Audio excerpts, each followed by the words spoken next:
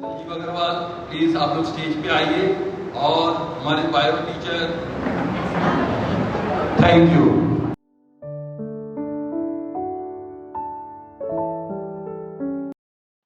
Hello, what to speak? Hello everyone, myself Arvind, welcome to the podcast. मैंने recently अपनी 10th complete की है। मैंने 3 साल जो कॉन्सेप्ट क्लासेस पढ़ी थी। कॉन्सेप्ट क्लासेस में मेरे सीनियर थे, उनका भी जेईई में सिलेक्शन हुआ है, तो मैं चाहूँगा कि अपने बारे में थोड़ा बताएं। तो myself, मैं 10th क्लास में हूँ, तो मैं ये क्लास में आ रहा हूँ। तो आप अपने बारे में। हेलो एवरीवन, मेरा नाम है श्रेष्ठ अग्रवाल। मेरी जेई एडवांस में ऑल इंडिया रैंक 1609 आई है और जेई मेंस में ऑल इंडिया रैंक 585 आई है। और मैं 9th-10th क्लास में कॉन्सेप्ट क्लासेस में पढ़ा था और उसके बाद मैंने जेई की प्रिपरेशन के लिए ऑनलाइन कोर्स ज्वाइन किया। आप अभी प्रिपरेशन के बारे में थोड़ा सा कुछ बताएं कि आप सिर्फ साथ में रह के पढ़ाई की और बिल्कुल ऑफलाइन पढ़ाई कैसे किया? हाँ, तो मेरी प्रिपरेशन स्टार्ट हुई थी 10th के बाद ही। 10th में मैंने जेई के लिए कुछ मतलब स्पेशली अलग से नहीं पढ़ा था कि उसी के करिकुलम का पढ़ रहा हूँ। तो 11th में मैंने पीडब्ल्यू का अर्जुना बैच स्टार्टिंग में ज्वाइन कर लिया था, जो 11th क्लास का आता है, और उसमें से पढ़ना स्टार्ट कर दिया था। तो उसमें मतलब टीचर्स ने सबसे पहले हम लोग को बताया कि क्लासेस फॉलो करनी है, फिर उसके नोट्स बनाने हैं, फिर क्वेश्चंस करने हैं।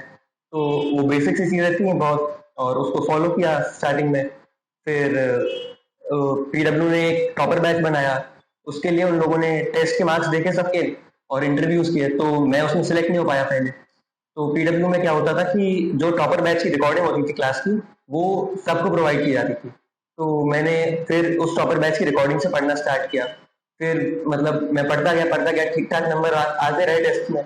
उसके बाद पीडब्ल्यू ने मुझे सिलेक्ट किया टॉपर बैच के लिए, और 11th क्लास नॉर्मल बैच से मैंने पढ़ी, फिर उसके बाद 12th क्लास में टॉपर बैच में सिलेक्शन हो गया।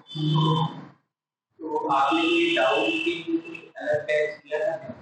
हाँ, डाउट्स के लिए पीडब्ल्यू का एक प्रोग्राम आता है, साथी प्रोग्राम। उसमें मतलब हमें हर सब्जेक्ट के लिए 2 टीचर्स मिलते हैं और हम कभी भी उनसे कनेक्ट कर सकते हैं, उनसे लाइव ज़ूम पे मतलब अपने डाउट्स पूछ सकते हैं उनको, मतलब उसमें क्लियर हो जाते हैं। तो इस जर्नी के दौरान आपको किस टीचर ने पढ़ाया बता सकते? हाँ, स्टार्टिंग में मुझे फिजिक्स पढ़ाते थे सलीम सर, केमिस्ट्री पढ़ाते थे Rohit Agarwal sir organic chemistry के लिए, राहुल डूडी सर इनऑर्गेनिक, और Shivam Mishra sir physical chemistry पढ़ाते थे। मैथ्स में मुझे तरुण खंडेलवाल सर पढ़ाते थे। फिर उसके बाद जो टॉपर बैच आया था उसमें दूसरे टीचर्स थे, तो फिजिक्स के लिए शिवेंदु सर थे, ऑर्गेनिक केमिस्ट्री में सेम रोहित अग्रवाल सर थे, फिजिकल केमिस्ट्री में गोपाल चतुर्वेदी सर थे, और इनऑर्गेनिक केमिस्ट्री में अमिताभ शर्मा सर थे, मैथ्स में सुदर्शन बैरागी सर थे। तो आपने कोई और बुक पढ़ाई थी इसमें या फिर कोचिंग की और बॉडी? मेन जो मेरा मटेरियल रहता था, जो मैं सॉल्व करूंगा, वो रहता था कि पहले क्लास के बाद उसके नोट्स को रिवाइज करूंगा, फिर डीपीपीस करूंगा, फिर कोचिंग के मॉड्यूल्स करूंगा। अब ये खत्म होने के बाद मैं कुछ बुक्स कभी कभी करता था जो टीचर्स रिकमेंड करते हैं। जैसे कि फिजिक्स में हम लोग को हमारे टीचर्स ने बताई थी कि एच.सी. वर्मा और आई इरोडोव, ये दोनों करनी है। तो एच.सी. वर्मा तो सिलेबस के साथ साथ करता रहा, इरोडोव को इतना साथ में नहीं कर पाया। तो जब पूरा सिलेबस खत्म हो गया उसके बाद लास्ट के टाइम में इरोडोव कर ली। ठीक है, ऐसे ही केमिस्ट्री में मैंने कोई खास ज्यादा बुक फॉलो की नहीं, लेकिन फिजिकल केमिस्ट्री के लिए नरेंद्र अवस्थी थोड़ी सी फॉलो की थी, मतलब उससे क्वेश्चंस प्रैक्टिस की थी। और मैथ्स में मैंने ट्रिग्नोमेट्री और कोऑर्डिनेट ज्योमेट्री के लिए एसएल लोनी लगाई थी। उसके अलावा ब्लैक बुक से भी कुछ चैप्टर्स के क्वेश्चन प्रैक्टिस किए थे, उसमें अपना लेवल इंक्रीज करने के लिए। और कैलकुलस में जीएन बर्मन एक बुक आती है, वो यूज की थी। बस यही था। आपने कभी ये सोच कर डिमोटिवेटेड की है कि आपके बाद का बेटर अपने को सिखाया और ऑनलाइन को सिखाया? हाँ, स्टार्टिंग में मुझे ऐसा लगता था कि मतलब सब लोग मेरे जो है दोस्त वो कोटा चले गए या अलग अलग सिटीज में चले गए पढ़ने, और मैं मतलब ऑनलाइन पढ़ रहा हूँ, तो ऐसा तो नहीं मेरी प्रिपरेशन में कोई कमी रह जाएगी या मतलब उनसे पीछे रह जाऊंगा। तो वो सब थॉट्स आते थे शुरू में, लेकिन फिर उनको इग्नोर किया और फिर पढ़ता गया, क्योंकि ये सब अगर आप सोचोगे तो इससे मतलब कुछ आपको फायदा नहीं होने वाला है। आप ऑनलाइन सिस्टम में ट्रस्ट कर सकते हैं और इससे आपकी बहुत अच्छी रैंक आ सकती है।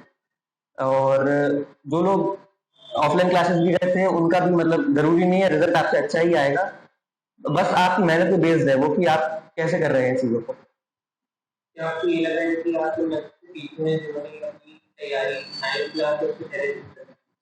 हाँ, ऐसा भी मुझे लगता था कि मेरे बैच में भी, जैसे ऑनलाइन बैच में भी बहुत सारे लोग आ जाते थे कि वो 9 से या 10 से पढ़े हुए हैं, तो वो कोई कॉन्सेप्ट को बहुत जल्दी कैच कर ले रहे हैं और क्वेश्चंस के आंसर बहुत जल्दी दे रहे हैं। तो उस टाइम पे डिमोटिवेटेड तो फील होता था, लेकिन फिर मैं सोचता था कि मतलब ठीक है, इन लोग को जितना मतलब ये लोग कर सकते हैं वो कर लेंगे, मैं अपने हिसाब से कर लेता हूँ। मुझे जो टीचर पढ़ा तो मुझे बेसिक से ही रहा है, तो मैं उसको समझ के और उसको अच्छे से पढ़ लेता हूँ, बाकी फिर देखते हैं क्या होता है। तो उस चीज को मतलब वो सब ओवर थिंकिंग है आपकी, अगर आप सोच रहे हैं कि कोई ऑफलाइन जा रहा है, कोई पहले से पढ़ के बैठा है, तो उससे आपको कोई इफेक्ट नहीं पड़ेगा, आप बस अपनी प्रिपरेशन पर आए। काफी लोग जो होते हैं वो रात को देर तक पढ़ते हैं, कुछ लोग सुबह जल्दी होकर के पढ़ते हैं, तो आप किस समय पढ़ते हैं? मेरा दोनों के थोड़ा बीच वाला टाइम था, जैसे रात को 12 बजे के आसपास मैं सो जाता था लगभग, और उसके बाद सुबह 7 बजे उठ के 7:30 या 8 बजे तक नॉर्मली पढ़ाई शुरू कर देता था। तो आप कभी इस जर्नी के दौरान डिप्रेस फील किया है आपने? हाँ, एक फेज आया था 11th क्लास के एंड में और 12th क्लास के बीच में भी, मतलब जब मुझे लग रहा था कि ये बहुत सारा सिलेबस हो गया है और मुझे चीज़ें याद नहीं है, मुझसे क्वेश्चंस नहीं हो रहे थे उस टाइम पे, बहुत ज़्यादा डिमोटिवेटेड फील हो रहा था उस टाइम पे। तो फिर तब मैंने क्या किया कि टीचर जो कहते हैं, मतलब टीचर्स मान लीजिए 100 क्वेश्चन का होमवर्क दे रहे हैं, तो मुझे 100 नहीं हो रहा, तो मैं 60 कर रहा, 70 कर रहा, जितने हो रहे हैं कर रहा है। ऐसा नहीं कि प्रिपरेशन बिल्कुल ही छोड़ दी, पढ़ाई छोड़ के कुछ और ही करने लगा, उससे आप बिल्कुल ट्रैक से हट जाएंगे। ऐसा किसी को भी नहीं करना चाहिए। कितना भी आप डिप्रेस्ड फील कर रहे हो, आपको पॉजिटिविटी चाहिए हो, तो पढ़ाई से आप कनेक्टेड रहिए, थोड़ा सा कम कर दीजिए, थोड़ी सी और चीजें कर लीजिए रिफ्रेशिंग वाली, जैसे आप किसी को जो भी पसंद हो, आपकी जो हॉबीज हो, आपको कोई स्पोर्ट खेलना हो, वो आप कर सकते हैं जब आप ऐसे डिप्रेस्ड फील कर रहे हो, लेकिन पढ़ाई से बिल्कुल ही कट नहीं हो जाना है अपन को। क्या आप इस जर्नी के दौरान डिस्ट्रैक्ट हुए हैं? हाँ, ऑनलाइन में जब आप प्रिपरेशन करते हैं तो आपके पास बहुत सारी चीज़ों का एक्सेस रहता है, आप फोन में बैठ के गेम्स खेल सकते हैं, मूवीज देख सकते हैं, कुछ भी कर सकते हैं, और मतलब बहुत सारे चीज़ें हैं आपके पास। तो उसमें यह है कि आपको अपने आप को कंट्रोल करना पड़ेगा, और बहुत सारी चीज़ों पे तो आप मैनुअली कंट्रोल सेट कर सकते हैं, जैसे अगर आप सोशल मीडिया पे हैं तो प्रिपरेशन के टाइम आप ये सब हटा सकते हैं, सारे सोशल मीडिया ऐप्स। उसके अलावा जो ऐप्स हैं, जैसे यूट्यूब है, मैं यूट्यूब देखता था, उसमें आप कुछ सेटिंग्स ऐसी कर सकते हैं जिससे आपको वीडियो के रिकमेंडेशंस कम आए, ऐप को आप डिसेबल करके वेबसाइट से आप काम की चीजें देख सकते हैं। तो कंट्रोल तो किया जा सकता है, ये बस खुद की विल पावर होनी चाहिए। आपका कौन सा फेवरेट सब्जेक्ट था? सब्जेक्ट तो मतलब टॉपिक, जब कोई अच्छा टॉपिक चल रहा हो किसी में, वो फेवरेट बन जाता था, ऐसा कोई खास फेवरेट नहीं रहा है, तीनों सब्जेक्ट को बैलेंस लेके चला हूँ काफी, तो इंटरेस्ट भी तीनों में लगभग बराबर ही आता था। तो सबसे ज्यादा मार्क्स कौन से सब्जेक्ट में आए आपकी जेईई एडवांस? जेई एडवांस में सबसे ज्यादा फिजिक्स में आए हैं, फिर मैथ्स, फिर केमिस्ट्री। बल्कि केमिस्ट्री तो मैं एग्जाम के पहले थोड़ा ज्यादा ही पढ़ने लगा था, क्योंकि उसमें कुछ याद करने वाली चीजें थी, लेकिन फिर भी एडवांस में सबसे कम रह गए। क्या आपने किसी 11th के दौरान ऐसे किसी को फॉलो किया है जो आपको काफी अच्छी लगी?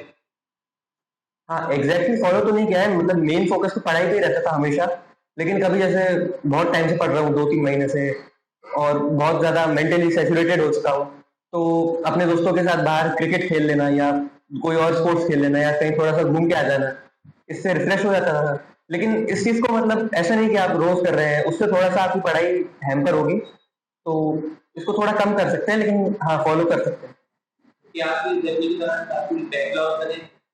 हाँ, बैकलॉग से अगर बन जाती है, जैसे घर में किसी की शादी हो या किसी इवेंट में जाना हुआ, और कभी कभी ऐसा कंडीशन होती थी मतलब कि जाना ही पड़ेगा, ऐसा नहीं कि नहीं जा सकते, तब बैकलॉग्स बन जाते थे। तो उससे डील करने का तरीका यही है कि अगर आपका सेम चैप्टर में बैकलॉग बना है, जो चैप्टर आपका चल रहा है उसी में आपका बैकलॉग है, तो आपको पहले बैकलॉग करना ही पड़ेगा, नहीं तो आपको आगे का समझ में नहीं आएगा। लेकिन जैसे कि आपका चैप्टर चेंज हो गया, एक चैप्टर में आपका बैकलॉग है और क्लास में दूसरा चल रहा है, तो आपका मेन फोकस उस पर होना चाहिए जो आपका ऑनगोइंग सिलेबस चल रहा है, क्योंकि अगर आप ऑनगोइंग सिलेबस को छोड़ के बैकलॉग से पीछे गए तो आपका और ज्यादा वो बिल्ड होता जाएगा और आपको पता भी नहीं चलेगा।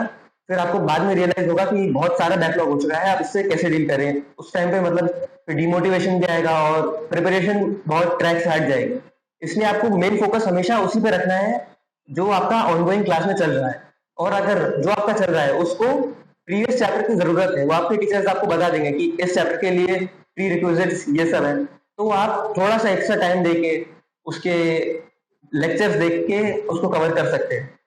और बाकी साथ में ऑनगोइंग सिलेबस जैसा आपका हो गया तो आप दिन में आधा 1 घंटा निकाल के पुराने जो बैकलॉग्स हैं उसको कवर करने में दे सकते हैं। आपके टेस्ट में कैसे मार्क्स आते हैं? टेस्ट में मार्क्स बहुत ज़्यादा फ्लक्चुएट करते हैं। कभी कभी ऐसा होता है टेस्ट बहुत टफ आ गया है, या कभी कभी ऐसा होता है कि टेस्ट तो ठीक आया लेकिन आपका टेम्परामेंट बहुत ज़्यादा बिगड़ गया टेस्ट देते टाइम पे, तो एक नंबर तो मतलब बहुत कम भी हो जाते थे, कभी कभी ठीक ठाक आते थे। तो टेस्ट के बाद ज़रूरी है कि आप टेस्ट का एनालिसिस करें, क्योंकि टेस्ट का सारा जो फायदा है आपको तभी मिलेगा जब आप टेस्ट का एनालिसिस करेंगे। एनालिसिस का मतलब ये है कि जैसे आपका टेस्ट हुआ और अगले दिन या 2-3 दिन बाद रिजल्ट आ गया, तो उसमें लिख के आ रहा है कि आपने कौन से क्वेश्चन सही किए, कौन से गलत किए। तो जो क्वेश्चंस आपने गलत किए हो और जिन क्वेश्चंस में आपने मतलब अनअटेम्प्टेड छोड़ दिया हो, उसको आपको रिविजिट करना है, क्वेश्चन को पढ़ना है और ये सोचना है। और मैं लिख के करता था इन सब चीजों को। एक आप रजिस्टर बना सकते हैं, उसमें लिख सकते हैं कि ये टेस्ट है, इसमें मैंने ये क्वेश्चन गलत किया, उसका रीजन लिखिए साफ साफ कि मुझे हो सकता है फॉर्मूला इसका याद नहीं था, या इसका कॉन्सेप्ट याद था, एप्लीकेशन में गलत कर दिया, या इसमें मैं कंफ्यूज हो गया। तो ऐसा आप एनालिसिस करें और उस क्वेश्चन को सीखें। मतलब ऐसा नहीं है उस क्वेश्चन का आपने सोल्यूशन देख लिया ठीक है, आप उस क्वेश्चन को देखें और सोचें कि इसमें क्या हो सकता है, पूरा थॉट प्रोसेस बिल्ड करें। और फिर भी अगर आपको कुछ नहीं आ रहा है तो उसका फर्स्ट स्टेप देखें, पूरा सोल्यूशन नहीं देखें। फर्स्ट स्टेप देख के आपने सोचा कि हाँ ठीक है, इन लोगों ने ऐसा किया है, ऐसा क्यों किया होगा, और फिर अगला स्टेप देखें, ऐसे कर करके सॉल्व करें। इससे आपका ये है कि टेस्ट देने से, आपने टेस्ट दे दिया, एनालिसिस करने से आपको उसका बहुत ज्यादा फायदा मिला और आपके जो 3 घंटे आपने टेस्ट में दिए थे वो बहुत ही फ्रूटफुल हो जाएंगे आगे के लिए। जैसे कि आपने बताया कि आपकी टेस्ट में कभी-कभार बहुत ही कम नंबर आते हैं, तो क्या वो देखकर डिमोटिवेटेड करते हो?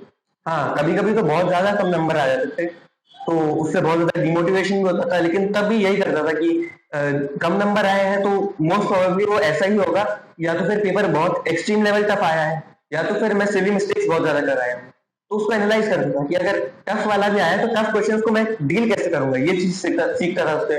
और कभी मान लो आसान पेपर में कम नंबर आते हैं तो ये सीखता था उससे कि सिली मिस्टेक्स मैंने किए हैं तो इसको कम कैसे करना है, इतनी सारी सिली मिस्टेक्स की हैं। तो अगले टेस्ट में जाने से पहले मैं अपने दिमाग को कहता था कि मतलब पिछली बार कैलकुलेशन मिस्टेक करके आया हूँ या क्वेश्चन रीडिंग में मिस्टेक कर दी, तो वो सब चीजें याद करके जाता था कि हाँ इस बार मैं नहीं करूंगा, और उससे कम होती भी है कभी कभी।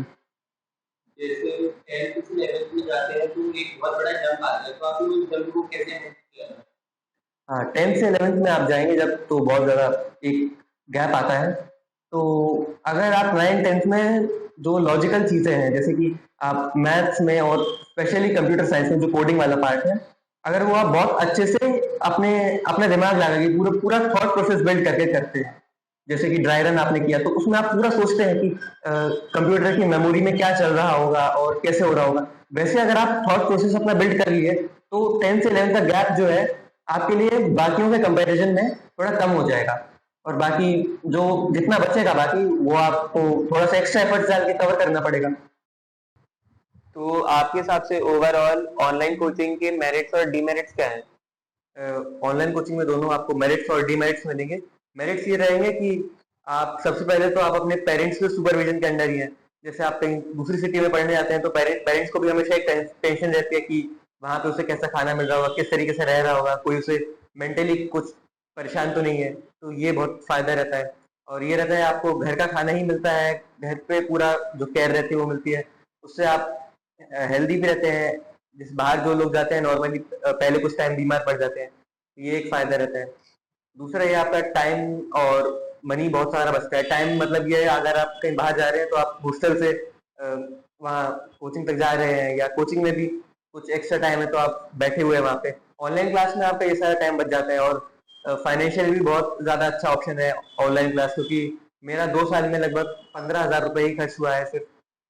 और जबकि अगर आप ऑफलाइन क्लास में जाएं तो वहाँ पे कोचिंग वालों की फीस ही इतनी ज्यादा रहती है, और फिर उसके बाद आपको अकोमोडेशन और मेस का भी देखना होगा। ये फायदे रहते हैं। और डीमेरिट्स में ये है कि ऑनलाइन क्लास में आपको डिसिप्लिन खुद से रखना होगा। ऑफलाइन क्लास में भले ही आपको खुद से रखना होगा, लेकिन एक टीचर्स रहते हैं वहाँ पे, ऑफलाइन क्लास रहती है, दूसरे स्टूडेंट्स रहते हैं, तो एक वो आता है कि हाँ मुझे भी जाना है।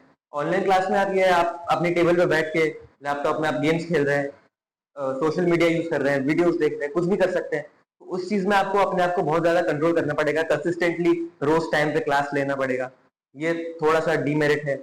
और इसके अलावा जैसे कोई फैमिली में फंक्शंस होते हैं, इवेंट्स होती हैं, पार्टीज होती हैं, उसमें कभी कभी ऐसा हो जाता है आपको जाना ही पड़ेगा, तो उस चक्कर में आपका बैकलॉग क्रिएट हो जाता है, फिर उससे डील करना पड़ता है।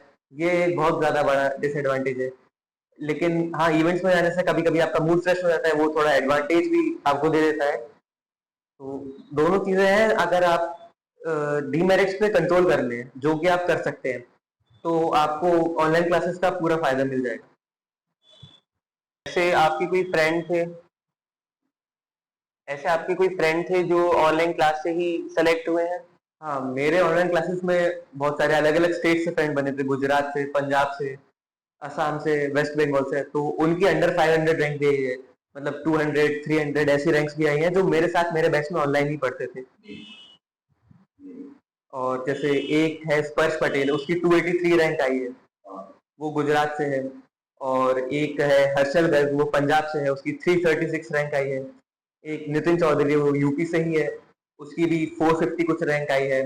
एक यशवर्धन है, वो असम से है, उसकी भी 470 कुछ रैंक आई है। तो ऑनलाइन वो मेरे साथ ही पढ़े, हम लोग एक साथ ही पढ़ा करते थे। आपकी 12th में कितनी परसेंटेज आई? 12th में मेरी आई थी सीबीएसई बोर्ड में 94.6%। मैं क्लास 10 का स्टूडेंट हूँ, तो मुझे आपके साथ में क्या करना चाहिए?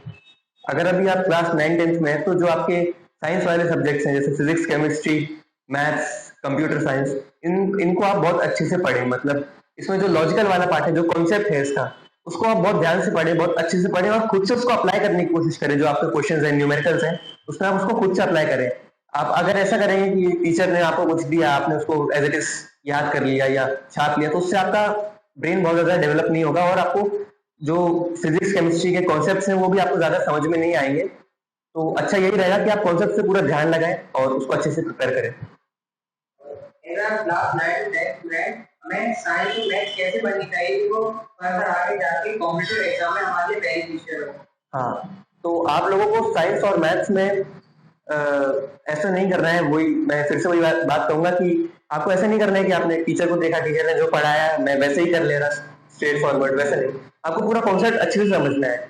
ये आपको आगे बहुत हेल्प करेगा। अगर आप कोई कॉन्सेप्ट को अच्छे से डेप्थ में समझते हैं, उसको अपने क्वेश्चंस में अप्लाई करते हैं, तो कहीं ना कहीं आपके लॉजिकल थिंकिंग को भी डेवलप करेगा। और इससे आपको 11th 12th में जो आपके सब्जेक्ट्स आएंगे, एक तो आपका ये रहेगा कि जो उसके लिए रिक्वायरमेंट्स हैं बेसिक, वो आपको पूरी हो जाएंगी, जो उसके पहले कॉन्सेप्ट्स रहते हैं वो पढ़ने रहते हैं। और आपके ब्रेन भी थोड़ा सा लॉजिकल थिंकिंग के लिए रेडी होगा, जो जेई में बहुत ज्यादा रिक्वायर्ड रहती है, तो ये आपको हेल्प करेगा। तो आप क्लास 10 में कितने घंटे सेल्फ स्टडी करते हैं? क्लास 10th में सेल्फ स्टडी जैसे ऑनगोइंग सिलेबस के टाइम तो 2 घंटे 3 घंटे कर सकते हैं, कभी हॉलीडेज हुई तो थोड़ा ज्यादा भी कर सकते हैं। और जब लास्ट का टाइम आता है, जब सिलेबस कंप्लीट हो जाता है, आप रिवीजन कर रहे हो, तब आप इसको ज्यादा कर सकते हैं। 4 घंटे 6 घंटे तक भी ले जा सकते हैं। और 6 घंटे मतलब एक सफिशिएंट टाइम है अगर क्लास 10th में आपको अच्छा स्कोर करना है। जब आप क्लास 10 में थे तो आप कौन कौन सब्जेक्ट की कोचिंग जा रहे थे? क्लास 10th में मैं सिर्फ कॉन्सेप्ट क्लासेस जाता था। वहां पे फिजिक्स, केमिस्ट्री, बायोलॉजी, मैथमेटिक्स और कंप्यूटर साइंस ये पढ़ता था। जैसे मैं अभी क्लास 10 में कंप्यूटर ले रहा हूँ, तो कंप्यूटर क्या जेईई के एग्जाम में हेल्पफुल होती है? हाँ, कंप्यूटर साइंस जो है जेईई के एग्जाम में डायरेक्टली नहीं आते हैं, वो सब्जेक्ट एज अ सब्जेक्ट नहीं आता है। लेकिन अगर आप कंप्यूटर साइंस पहले से पढ़ के रखते हैं क्लास 9 और 10th में, उससे आपका ब्रेन बहुत ज्यादा डेवलप होता है लॉजिकल थिंकिंग के लिए। एक थॉट प्रोसेस होता है, जैसे कंप्यूटर में आपको कोई एक प्रोग्राम बनाना होगा और आपको एक प्रॉब्लम सॉल्व करनी होगी कि हमें ऐसा कुछ करना है। उसके लिए आप पूरा सोचेंगे कि मेरे प्रोग्राम का फ्लो कैसा होगा, फिर आप उसके लिए कोड लिखेंगे। तो इस प्रोसेस में आपका ये होगा कि आपका एक थॉट प्रोसेस बन जाएगा, जो आपके जेईई में बहुत काम आएगा। और फिर आप जैसे ड्राई रन करते हैं प्रोग्राम्स को, उसमें आप और डेप्थ में सोचते हैं कि कंप्यूटर की मेमोरी के अंदर क्या चल रहा होगा, मैंने ये कोड लिखा है, ये लाइन से मेमोरी के अंदर क्या हो रहा होगा, और अगर मुझे ऐसा आउटपुट चाहिए तो इसको चेंज करना चाहिए इस लाइन को या कुछ ऐसे। जब आप सोचते हैं तो आपकी लॉजिकल थिंकिंग बहुत ज्यादा डेवलप होती है, और वो आपको जेईई के सब्जेक्ट्स में फिजिक्स, केमिस्ट्री, मैथ्स में बहुत ज्यादा काम आएगी। तो आप क्लास 10 में एक्स्ट्रा एक्टिविटी करते थे क्या? हाँ, क्लास 10th में तो आप बहुत कुछ कर सकते हैं। जैसे स्पोर्ट्स आपको जो पसंद हो वो फॉलो कर सकते हैं। उसके अलावा एक्स्ट्रा करिकुलर एक्टिविटीज जैसे डिबेट्स वगैरह में पार्ट लेना और पब्लिक स्पीकिंग करना, मतलब जो आपको पसंद हो वो आप कर सकते हैं। और मैंने एक क्लास 10th में एक दूसरी कोचिंग ज्वाइन की थी, वहाँ पे थोड़ा ड्रोन बनाना सिखाते थे और रोबोटिक्स के बारे में सिखाते थे, तो मुझे उसमें बहुत ज्यादा इंटरेस्ट था, इसलिए वो भी ज्वाइन की थी। तो इन सब चीज़ों से मतलब काफ़ी सही रहता है। आपने क्या क्लास 11 में कंप्यूटर लिए थे? हाँ 11th में मैं कंप्यूटर लिए हुए था, क्योंकि 9th-10th में मैंने जावा पढ़ी थी और वो बहुत अच्छे से पढ़ी थी। तो 11th-12th में पाइथन आती है, लेकिन बस आपको सिंटेक्स पढ़ना है, लॉजिक पूरा सेम रहता है। और 11th क्लास का तो स्पेशली बहुत ही आसानी से निकल जाता है। 12th के लिए थोड़ा सा एक्स्ट्रा पढ़ना पड़ता है। बाकी मैंने कंप्यूटर ही ली थी। तो क्या मुझे भी क्लास 11 में जाके कंप्यूटर लेनी चाहिए? ये बहुत ही सब्जेक्टिव क्वेश्चन है। मतलब अगर आपने 9th-10th में कंप्यूटर अच्छे से पढ़ी हुई है, आपको समझ आती है, आपको स्पेशली इंटरेस्ट है उसमें, तो आप ले लें। क्योंकि अगर आपके पास दो चॉइसेस रहते हैं, कंप्यूटर साइंस और फिजिकल एजुकेशन, तो अगर आप सीएस लेते हैं उसमें, तो आपको थोड़ा सा टाइम ज़्यादा देना पड़ेगा। लेकिन अगर आपको उसमें इंटरेस्ट है तो वो टाइम वर्थ इट रहेगा। लेकिन अगर आपको थोड़ा सा भी लगता है कि नहीं मुझे ये नहीं करना है और मुझे अपना टाइम बचा के core subjects physics, chemistry, maths में देना है, तो आप फिजिकल ले सकते हैं, फिजिकल एजुकेशन। उसमें भी कोई ज़्यादा प्रॉब्लम वाली बात नहीं है। Thank you and best of luck for your further studies. Thank you, तुम्हें भी बेस्ट ऑफ लक।